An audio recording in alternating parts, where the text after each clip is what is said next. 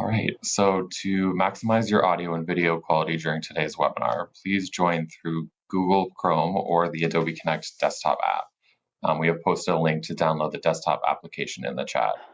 The chat box is located on the right side of the webinar window and is visible by all webinar participants and facilitators. You can also connect with your fellow attendees, bring any technical difficulties to the speaker's attention for troubleshooting, or provide any other comments and or feedback. There's also a dedicated question and answer box labeled Q&A, which is located right underneath the chat box. This is where you can submit any questions that you may have regarding the webinar content throughout today's session. Please do not submit any questions through the chat box. There will also be a copy of today's presentation available for download during the Q&A portion of the session next to the chat box. And please let me know if you're unable to download the file and I will email it to you directly. And if you're experiencing any other technical difficulties during today's event, please notify us in the chat box and we will do our best to troubleshoot. So with saying that, I will now hand it over to Lisa Shorty, SARM's Insurance Program Administrator, who will be moderating today's session. Thank you, Adam. Good morning, everyone, and thank you for joining us today. As Adam mentioned, I'm Lisa Shorty, Insurance Program Administrator for the SARM Risk Management Department. I would like to introduce our presenter for today's session, Adi Sharma, Vice President and National Cyber Sales Operations Manager and Broker with Aon. Based in Toronto, Adi focuses on assisting organizations in identifying their cyber and privacy exposures. He is also responsible for ensuring the exceptional delivery of other cybersecurity services that Aon offers, including but not limited to cyber risk assessments and incident response planning. He first began working in the industry in 2014 and joined Aon in 2015. As a reminder, please use the Q&A box for any questions that you may have throughout the presentation. With that, I will now hand it over to Adi. Thank you very much, Lisa. I'm guessing you can hear me okay? Yeah, perfect. So yes, thank you everyone for joining. Thank you, Lisa, for that introduction, and thank you for inviting me today to speak to everyone about cyber risk and what we're seeing out there. First of all, apologies that I'm not looking straight into the camera because I have my main screen over here. So I don't mean to be rude. I promise I'm looking exactly at all of you, but I just wanted to point that out. So over the next 30 to 45 minutes, we have a fairly packed agenda. We'll go through a few things and then hopefully finish it off with some questions and answers. But we'll talk about an update on the current and future cybersecurity landscape. What are we seeing out there in terms of ransomware and some of the other threats that we're seeing in the current threat landscape of cybersecurity. Then we'll go on and talk about some common cyber risk considerations for municipalities today and what we sort of see our clients in this space concerned by and what we're seeing threat actors exploit in the municipality space. Then we'll talk really quickly about some real life examples that have happened over the past couple of years within this space as well. Then we'll move on to talking about cyber insurance. What does it actually cover? How it can help protect your business? And then finally, we'll talk about some solutions. So how can you combat cyber risk? What are some of the basic precautions that you can take and controls that you can implement within your organization's environment in order to reduce your chances of having some sort of a cyber incident? And then we'll finish off with questions. So before we get into any of that, let's just start off with setting the scene, and let's start off with some statistics because those are always a great time for everyone. So as most of you have probably heard, I mean, cyber risk and cyber crime has successfully emerged itself as being one of the leading and most popular forms of corporate theft and crime over the past decade. Okay, this didn't really exist as much as it did today 10 years ago. So in 2018, actually, the total cost of cybercrime annually for organizations was $600 billion. And by the end of next year, that number is meant or forecasted to jump anywhere between $2 to $6 trillion. Okay. The situation's already pretty bad, and depending on how bad it stays or how bad it ends up getting, anywhere between $2 and $6 trillion is what we're looking at as the cost of cybercrime to organizations by the end of next year, which is a huge increase, as you can imagine. Now let's talk about the hexagons at the bottom. So this shows you how Canada and Canadian organizations and businesses suffer with respect to the rest of the globe. And again, this is quoting some statistics from a very reputable study in the cybersecurity space done by Poneman and IBM. And these numbers are extremely fresh. They were published just last month. So the top row of hexagons talks about Canadian numbers and Canadian attacks, and the bottom row talks about the same parameters, but for global organizations. So Canada, the average cost of a data breach in Canada, so the average cost for one single data breach to an organization was $5.4 million, whereas the global average was $4.24 million. So we're significantly higher than the global average. In fact, we are number three. Number one is the US. Number two was the Middle East. And right up there, we are number three at $5.4 million, which was the average cost of a single data breach to an organization in Canada.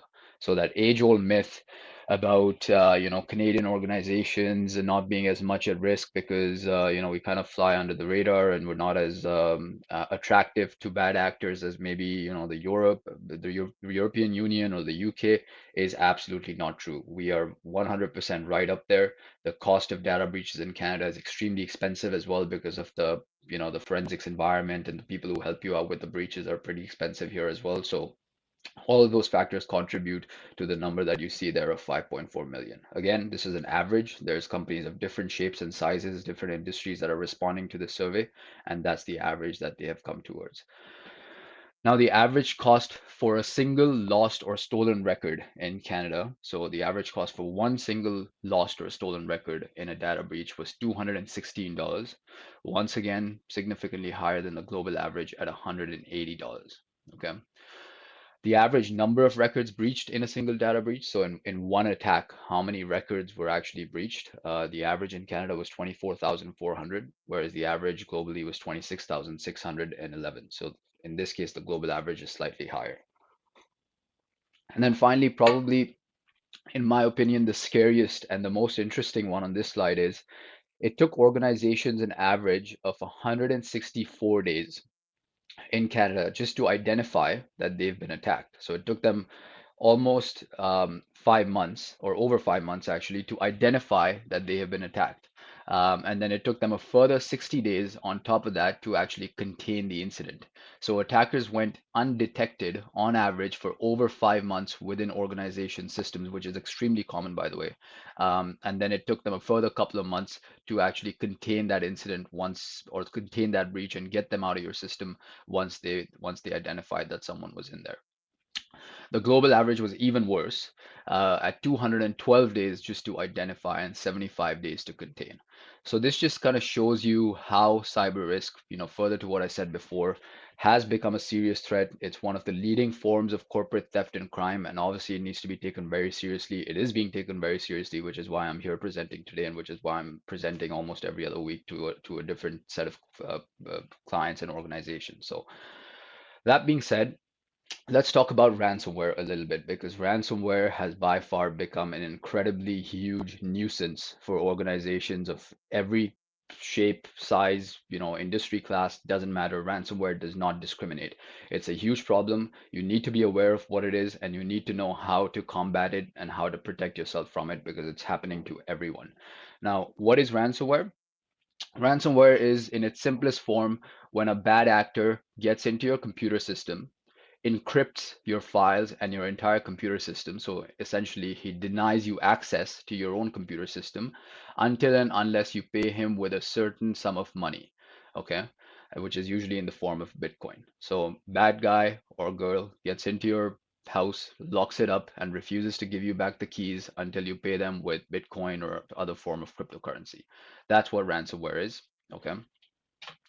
Now, this is a real life ransomware dialog box that could, or has shown up in the past on organizations. This is part of the WannaCry attacks that happened in 2017, which were widespread ransomware attacks that we saw. But this is a real life dialog box. And back in 2017, and the situation obviously has only gotten worse, as we'll see on the next couple of slides. But back in 2017, you can see the level of sophistication here. Now, on the bottom left, they have a contact us button. Okay. They even guide you on how to buy Bitcoin. They have FAQs in the middle that, alert users on what's happened to their computers, how they can recover their files, why this has happened, how can they actually make the payment. They have FAQs over there, very convenient. On the left, they have two timers, one which says that if you don't pay within 2 days and 23 hours and so on, your payment will be increased. The other one says that your files will be completely erased and lost if you don't pay within 6 days and 23 hours and so on. So, and of course, they proudly accept Bitcoin. So you can see the level of sophistication that these attackers have. It's a 9 to 5 job, some part of the world for some offices where their sole purpose is attacking businesses, usually in the West. And at the end of the day, they're really running a business. And ransomware has definitely proven to be one of the most successful and most popular form of attacks over the past 3 to 4 years.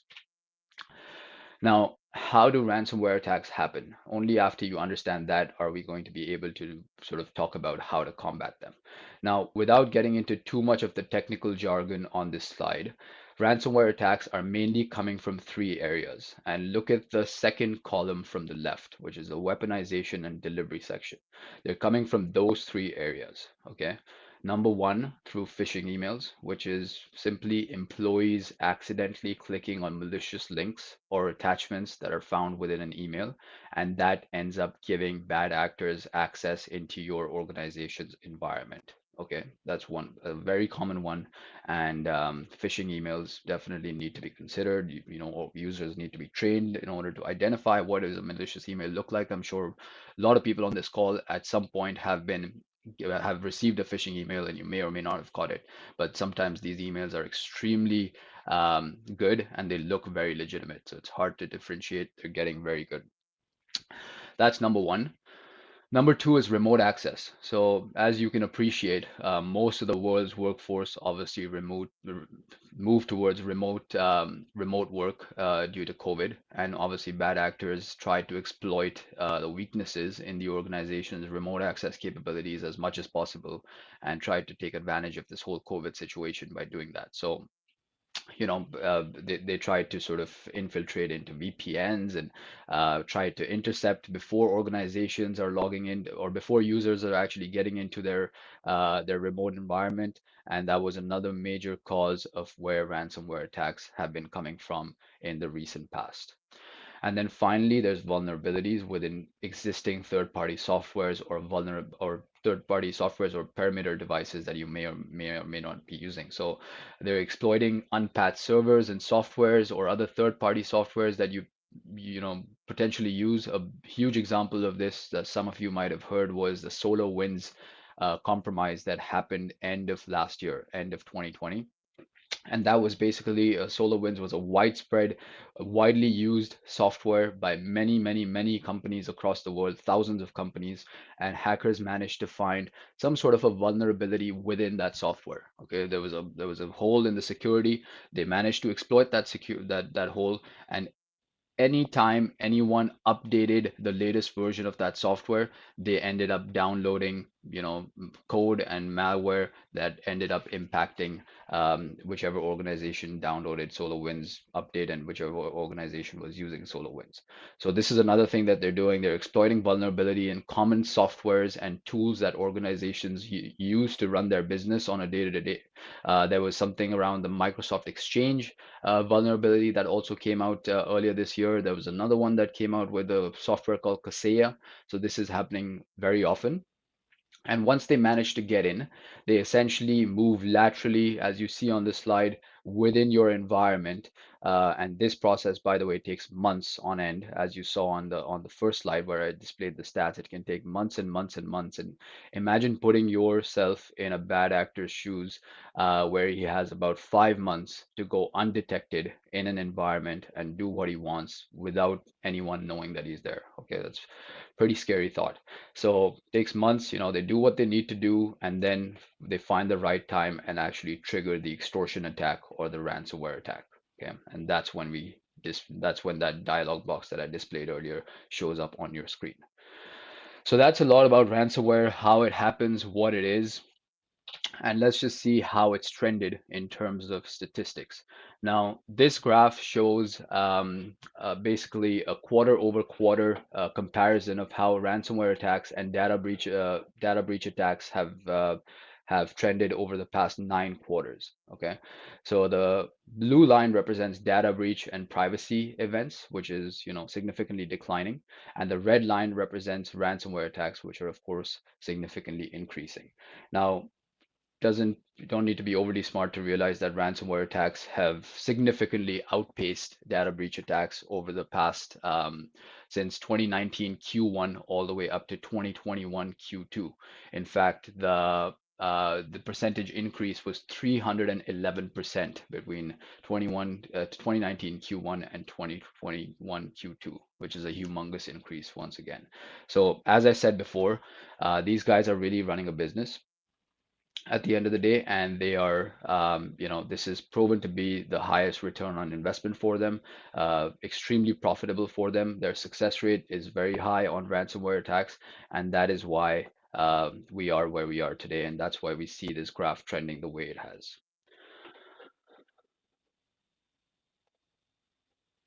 Now let's quickly take a look into what kind of companies or what sized organizations are actually getting attacked by these bad actors. Because again, there's an age-old myth, or there's a very prevalent thought within many organizations and companies, and that we speak to say that we're too small. No one's going to actually want to attack us. We have nothing to offer essentially, and we're too low profile in order to be the target of an attack. Well, that's not always true, because attackers are not almost always never targeting the most valuable, because targeting the most valuable means expending a lot of resources. They have very high levels of security, very mature security, and it's hard to get in, which means they'll spend a lot of time and a lot of money in order to get in.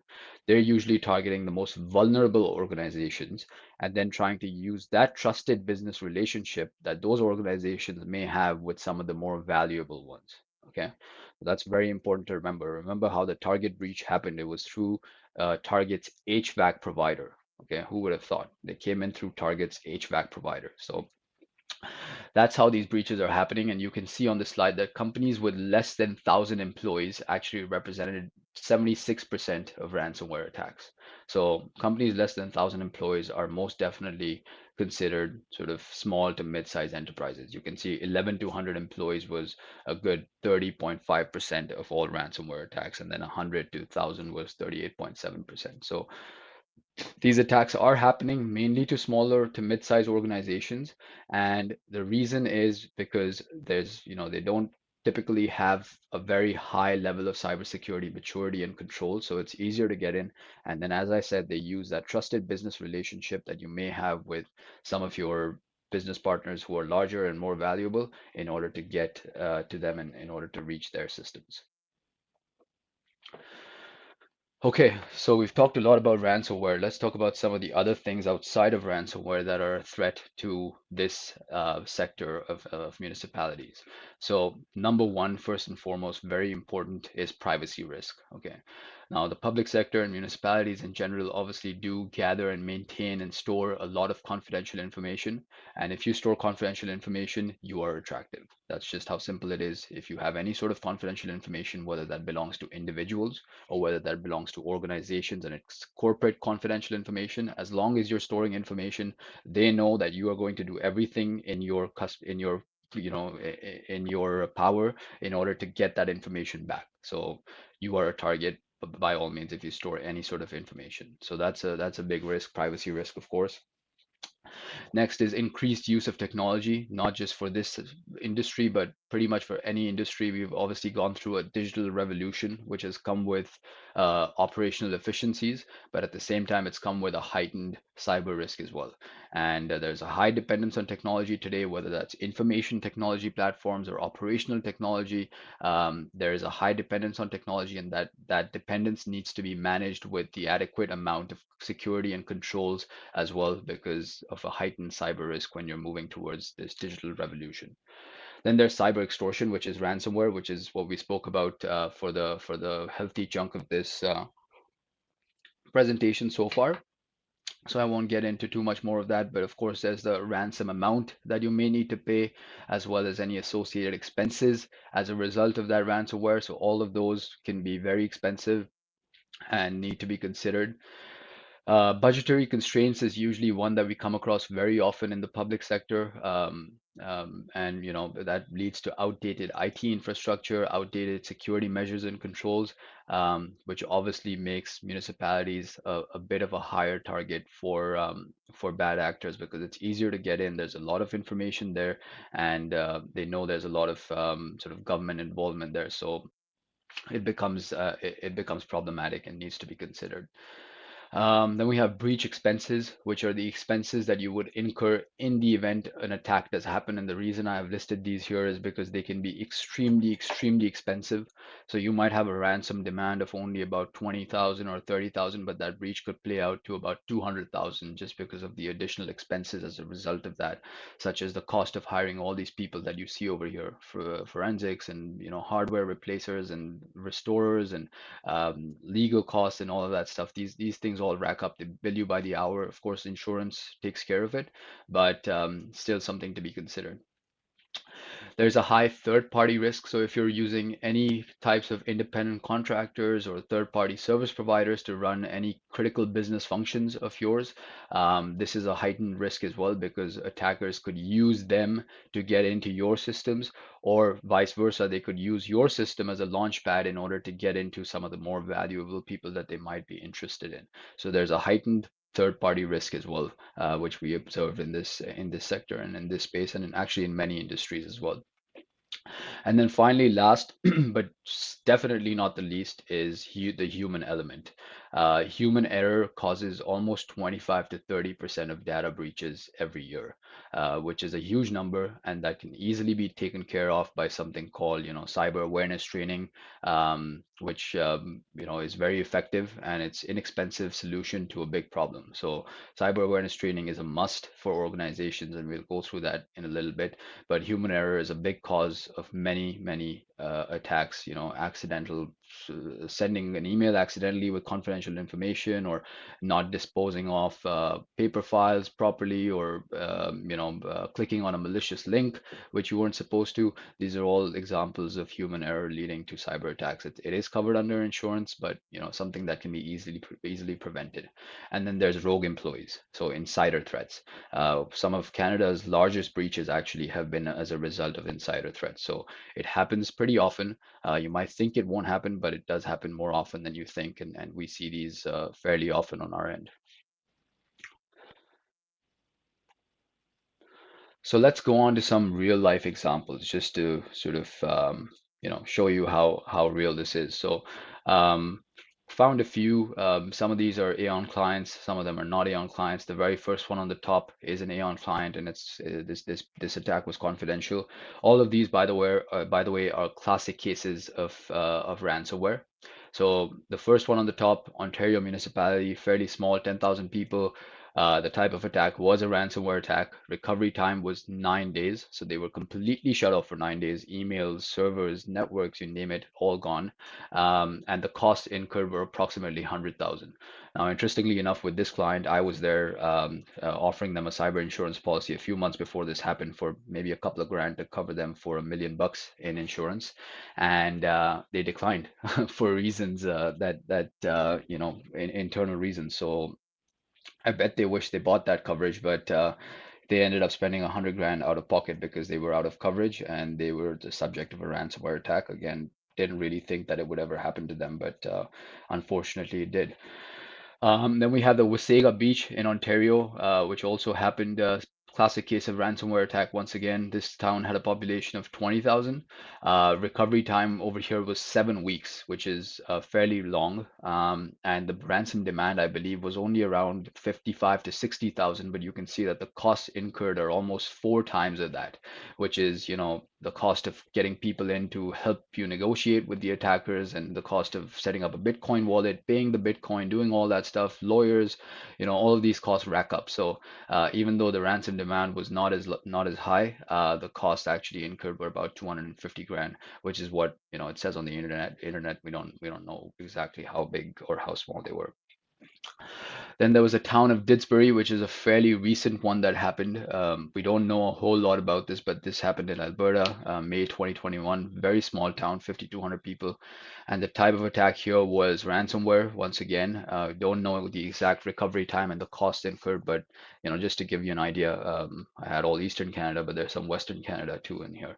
And then finally, there's city of Stratford, which is a larger town slightly, with a population of 31,000. This was also a sizable attack, ransomware, once again, recovery time, don't know how long it actually took them, but the cost incurred were just $75,000 was just their Bitcoin value. Okay, so their ransom amount was just 75,000, which they paid. But the other associated expenses as a result of that, we don't exactly know. They're not disclosed. So you can imagine that if Wasaga Beach's ransomware attack was about 60,000 and they ended up spending 250 grand, these guys are probably also around that 250 to 300 grand minimum. So that's what they probably ended up paying. But $75,000 was the Bitcoin value in this case. So just gives you an idea that this threat is real, especially within this sector. These are just the four that I picked up, randomly. But if you go on Google or you talk to people around, you'll be surprised how much this is happening within the public sector and municipalities and towns within Canada. It's happening a lot because these, municipalities and towns are unfortunately considered low-hanging fruit for the most part for these bad actors. Now, we've talked a lot about the problems. We spent about 30 minutes talking about problems. And I need to give you some solutions as well. Otherwise, what kind of a person would I be? So let's talk about how you can go about managing cyber risk. And this is kind of the circular approach that we recommend to organizations that we work with in order to develop the maximum amount of cyber resiliency possible.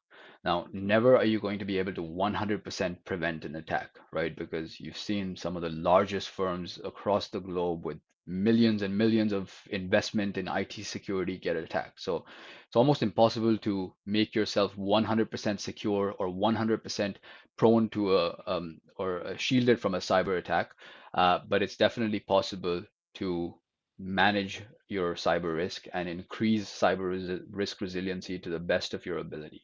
And that's what this kind of circular loop does. Now you can continuously cycle through this loop, and you can literally enter this loop at any stage, but it starts off with an assessment, which gives you a good idea of where you stand today. Without knowing that, you shouldn't sort of embark on the complex journey of cyber risk mitigation and start sort of doing all sorts of IT security things. At least have an assessment to know where you stand today. Then you move on to a quantification, which actually gives you an understanding of, if an attack was to happen to me, what does that look like in terms of a financial outcome? Am I likely going to be paying $1 million? Am I likely going to be paying $100,000? What should I be prepared for? What is my maximum foreseeable loss? And what is my probable maximum loss? Okay, these are answers that you would get through a quantification exercise. It can be very basic, or it can be a very complex quantification exercise as well that we run for some of our clients. But it'll give you the understanding of what a cyber attack will cost you in terms of a dollar value. Then you have insurance, which we'll speak about in the next few slides. But insurance will not only protect you financially, but it would also give you the entire breach response expertise and the breach response services that you require in order to get yourself out of an attack when it does happen. So insurance is very important because it's giving you financial protection, but it's also giving you access to the entire response expertise that you would need in order to manage a cyber attack effectively. And then finally, be prepared for an incident. So have some sort of a plan in place internally. It could be as basic as a one pager, or it could be a 100 pager if you needed to, but have some sort of an idea of what people within the office or within the organization are going to be doing when an attack happens. What's everyone's roles? When someone walks in first thing in the morning and sees that dialog box that I displayed earlier in this slide, earlier in this deck, about a ransomware attack, what are they going to do? What's their next step? Who are we calling? Do we have insurance? If we have insurance, when do we engage the insurance provider? All these are going to be answers that you will receive when you prepare yourself for an incident. Could be a few hours of a meeting just to get the key stakeholders within the organization around the table and understand what people are going to be doing and have some sort of a plan in place. This helps tremendously when an attack does happen. So let's get a little more granular into what are some of the cyber attack mitigation methods. The previous slide showed you an overall sort of approach that you should be taking, but let's get into some of the more, IT stuff and some of the more technical stuff in terms of things that you should be doing. And some of these are going to be repeated, but number one, as I've said it on this previous slide, I'm saying it again, assess, assess, assess. Very, very important in order to run an assessment. You don't go to the doctor and request an open heart surgery when you don't know what's wrong inside you. So you need to have an assessment done. What are the most important assets that you need to protect? What are the most likely threats that an organization such as yourself is going to face? What is the current state of your security and your controls? How do you balance business needs with cyber risks? These are all answers that an assessment process will give you. Okay. If you don't know where to start with an assessment, we can certainly help you at Aon run one of these. We have something called PsyQ, which is Cyber Quotient Evaluation. It's an inexpensive assessment that gives you an excellent insight into where you stand. But please, please, please assess yourselves regularly. It's very important. Number two, also extremely important, and I'll probably talk about this a few times in today's presentation, but multi-factor authentication. Okay, multi-factor authentication is quite simply put just an added layer of login requirements in order to access a privileged environment. So when you're logging in through your, remotely into your organization's environment, or whether when you're accessing emails or you're accessing any sort of privileged information on your computers that belongs to your organization, multi-factor authentication should be used. It's essentially you log in the first time and then you have to log in again or, authorize again from a different device. It just adds that second layer of protection, and it's very, very, very effective in preventing a lot of attacks, specifically ransomware. And insurance companies absolutely love this. It's fairly easy to implement, especially if you're using Office 365. I believe it's a click of a button, but you should definitely look into implementing two-factor or multi-factor authentication if you do not already have it. It's extremely important and very effective in combating a lot of cyber attacks. Okay. Number three is some sort of intrusion detection or response and prevention system. So if possible, have some sort of tools that you can, buy or hire someone to implement for you and monitor for you as well. That would, pretty much alert you when there's any sort of malicious or unusual activity that is detected within your environment. Okay, so sometimes these are EDR tools, which are endpoint detection and response systems, but look into this stuff.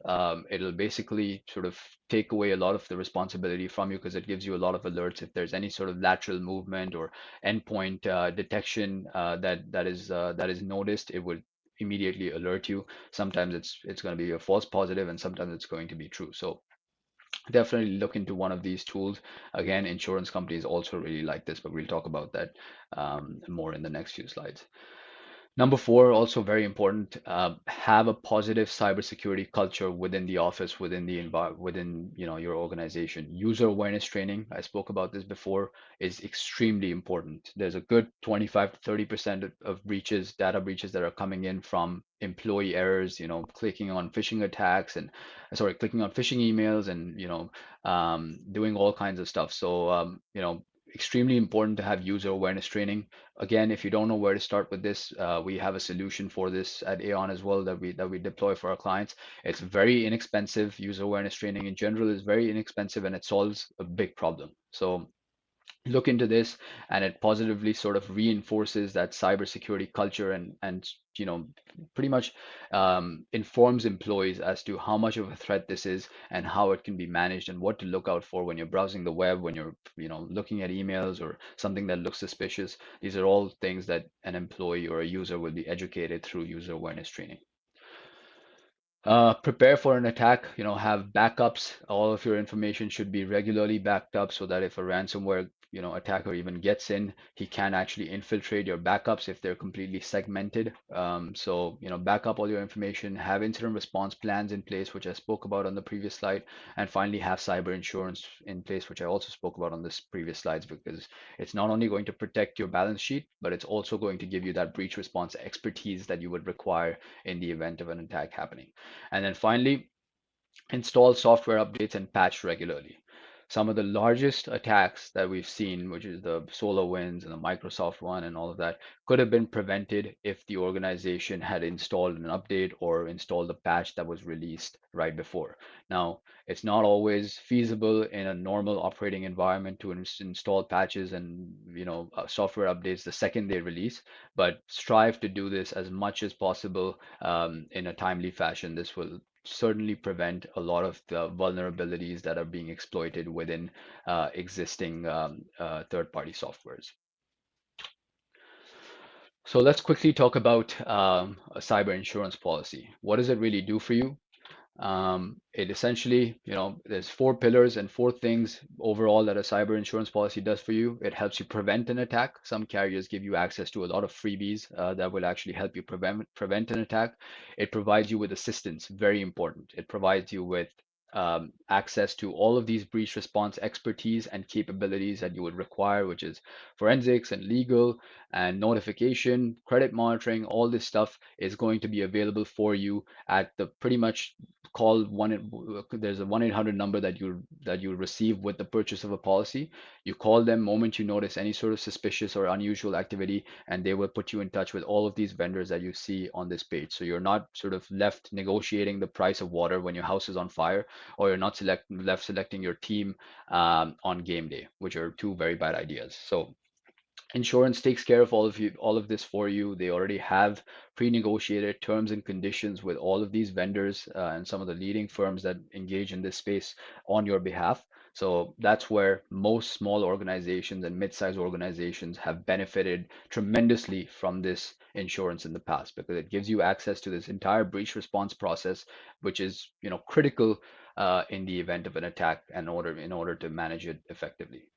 It protects your operations, so it minimizes downtime as much as possible. It makes sure that you're back up and running as soon as possible. That's what the forensics will do for you. Their first priority is to get you back up and running and then start identifying where this breach came from and all of that. So it protects your operations. And then finally, it protects you in a court of law against any liability that you might incur as well from either, a civil lawsuit or the regulator or whatever it may be. It pays for defense costs and any damages against you in a court of law.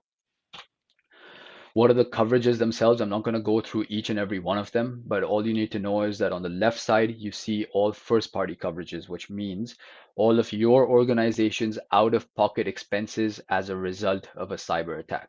And then on the right side, you see third party coverages, which respond when there's a third party action brought against you, which is the liability portion that I discussed on the previous slide. Now, the first party is extremely important because that's what you'll be using at the very onset of the breach.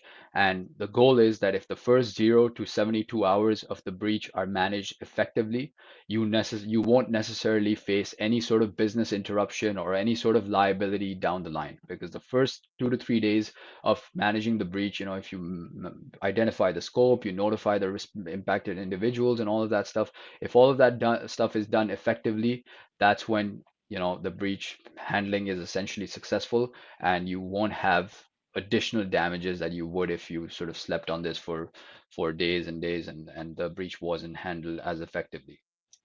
Now, the very important one here at the top is the breach event expenses, the top left.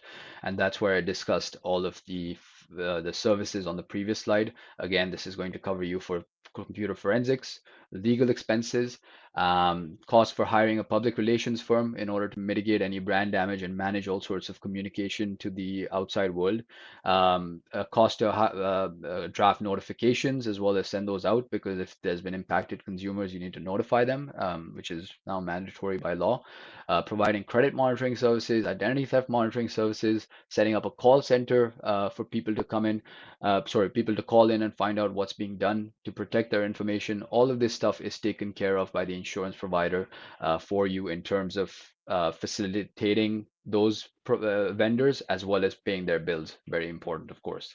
And then The other important one here is cyber extortion, which is the ransomware that we spoke about. So this section of the policy will actually pay for the ransom amount as well as any associated expenses with respect to the ransomware. So you saw the Wasega Beach example where the ransom amount was only 50 or 60,000, but the claim or the cost ended up being about 250,000. So that's the associated expenses. So the cost of hiring termination consultants to negotiate with these bad actors and get them out of your system and make sure that they've actually not taken anything that they said they would, because at the end of the day, you're dealing with a thief. So you need to make sure that, he's gone and there's nothing in there that they said that they haven't taken, but they actually have. So doing all of those kind of due diligence and sealing the system to make sure they don't come back in, these are all costs that you would incur in addition to the ransom amount, and the cyber extortion section of the policy covers you for all of that. And then on the right side, we have everything to do with liability, which is basically going to defend you in a court of law if you do need that assistance and you've been taken to court as a result of a cyber attack or a privacy breach. So let's talk a little bit about the state of the cyber insurance market currently, because this is important. And I think I've alluded to many times in this presentation that the cyber attack threat landscape is currently very severe. We're seeing tons and tons of attacks. You saw the graph that I put up around ransomware, where there's a 311% attack over the past 9 quarters. 311% increase over the past 9 quarters. So before Q4 of 2020, which is right before the SolarWinds attack incident happened, we were going through something that we call a soft market. And that means, retentions and deductibles were low. Everything was, nice and pleasant, hunky-dory. Carriers were very open to reviewing any kind of risk. They were, playing more on quantity over quality. Limits were up. We were managing to get very high limits for our clients. Premiums were, for the most part down. There was so much competition in the market that we could sort of push premiums down on renewal. In some cases, not all cases, I would say that.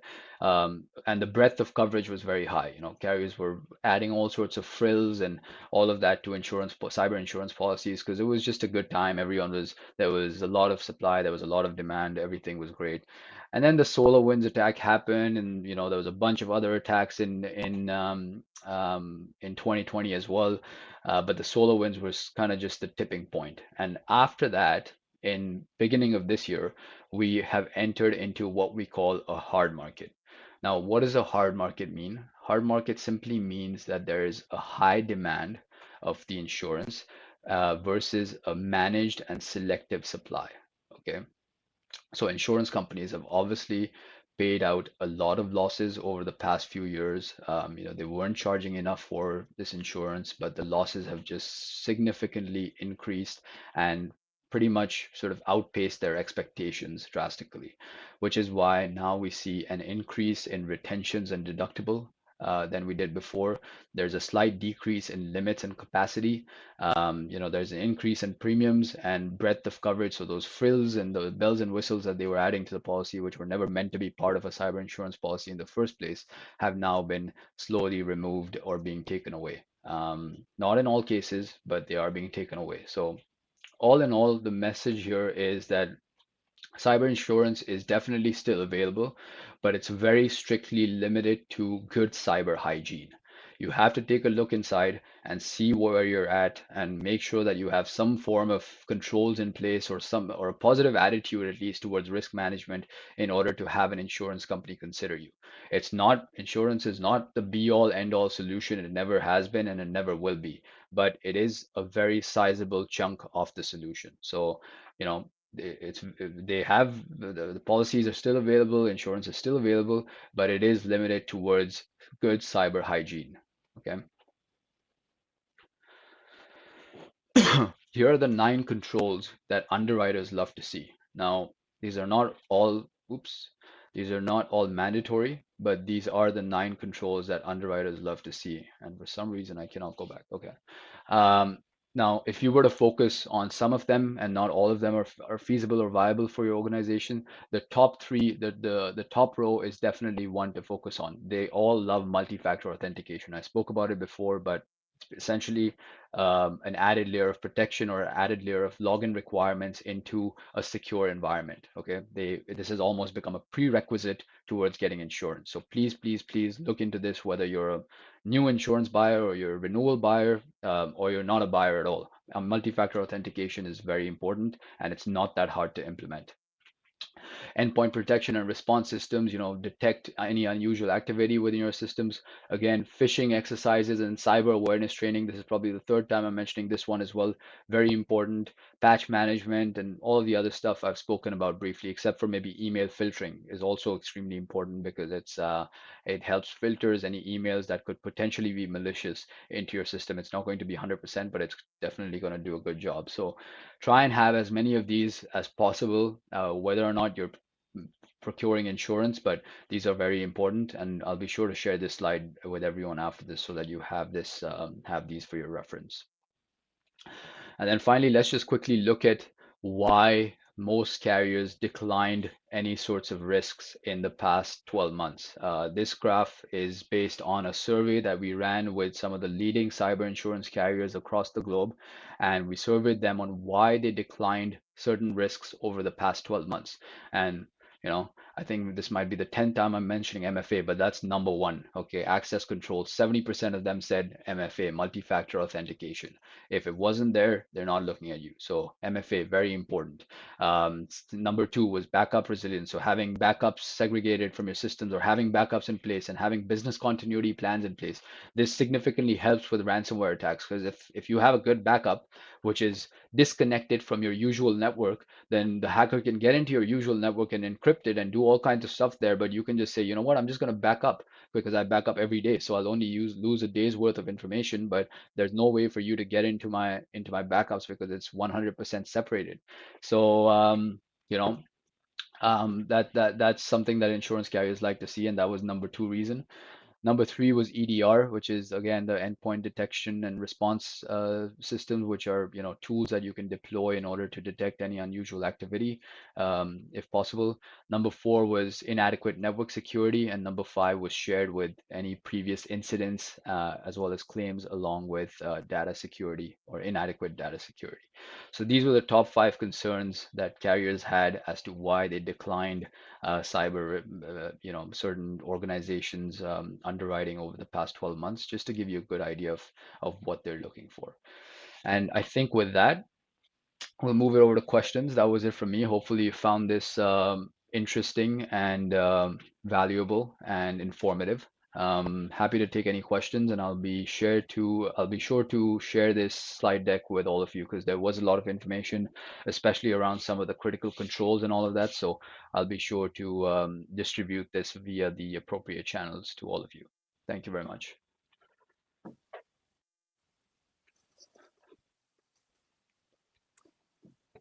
Great, thank you, Addy, for that excellent presentation. We will go into the Q&A here.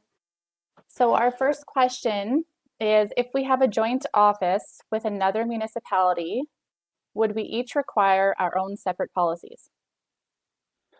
Yes, because they're still pretty much treated as two separate entities. Since it's two separate entities, you will need two separate policies. It doesn't matter if you're just sharing the same office space, but as long as they are two separate organizations or entities, you will need two separate policies because of your information and privacy and all of that. So the answer to that is yes, you would. Great. Is it a good policy to have mandatory password changes, and what type of frequency would be best? Yes, 100%. Not just mandatory password changes, but also strict requirements on the conditions within your passwords. You probably come across those very annoying ones where there has to be uppercase and lowercase and special character and all of that. Trust me, it really, really, really does work. And because business email compromise cases are so high, where attackers are managing to steal people's business emails and passwords, and then manage to get into their emails and do all kinds of funny stuff from there. So it's very important to have this policy in place. And in terms of frequency, I would say the most common that we see is once every 90 days, but once every 60 days doesn't hurt either. So either 60 or 90 days. 30 is a bit too much because you will really rub some people the wrong way in the organization. But I think 60 or 90 days is feasible and viable. Next question is there coverage for electronic crime as part of a cyber policy? So specifically, probably e-transfers. Yeah, so that's something that we call social engineering coverage, which essentially covers the theft of funds. Most cyber policies will have that coverage um, embedded in it. There's also coverage for that under a crime policy, I believe. But yes, most cyber policies will have that coverage embedded within it. If you are considering a policy or you do have one, you should look into that to see if you have a cyber crime section or a social engineering section. That's really where you would find that coverage in it. Does cyber insurance cover losses arising out of insider threats? Yes. Again, there is a fraudulent or dishonest exclusion within the policy, but that exclusion is only limited to your C-suite or the highest sort of controlling minds of the organization, which is, your very top people. So if they are engaging in fraudulent activities, which is a handful of like probably one or two, like your topmost people, then there's no coverage. But if any of your employees are engaging in fraudulent activities or acting maliciously, there is coverage as a result of that, and you can imagine why, because that is a very common occurrence. As I said, some of the largest breaches that have happened in Canada were due to rogue employees. So yes, there is coverage for that in most good cyber insurance policies.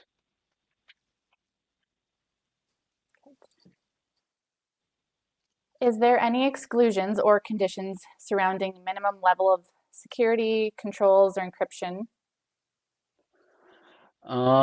No, so there's no exclusions or conditions within the policy that are surrounding that. But when you do complete an application, that's the time that you will be evaluated, and that's the time that you will be looked at in terms of your current security posture.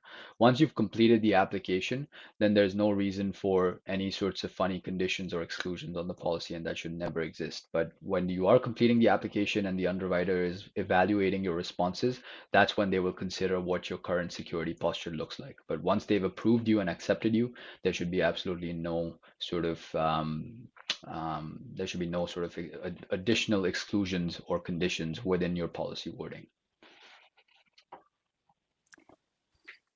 Great, thanks, Addie. That is all I'm seeing for questions here. So if participants do think of any questions after the fact, please don't hesitate to reach out to Addie or myself. And if we have no more questions before I close, I just want to let you know that you can expect more information on cyber risk and liability from your risk management department in the near future. And I just want to thank everyone for joining us today. And thank you so much to Addie for the excellent presentation. And have a great day, everyone. Thank you, Lisa. Bye-bye.